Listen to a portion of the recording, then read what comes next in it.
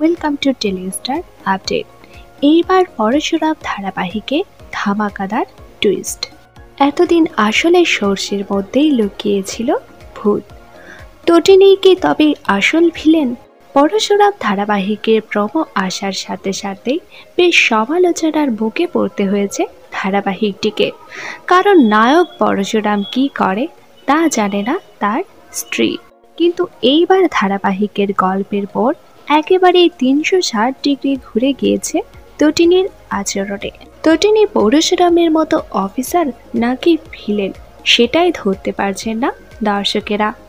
একদিকে তাকে দেখা যাচ্ছে অন্যায়ের প্রতিবাদ করতে, অন্যদিকে ভিলেন দেখে মুখ লুকিয়ে ফেলছে সে।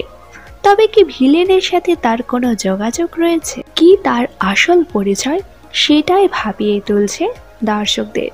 তবে তটিনী যেই হোক না কেন, এই ধারাবাহিকের এই নতুন টুইস্ট বেশ পছন্দ হয়েছে দর্শকদের। এই টুইস্টটি ধারাবাহিকে করে তুলছে টান টান।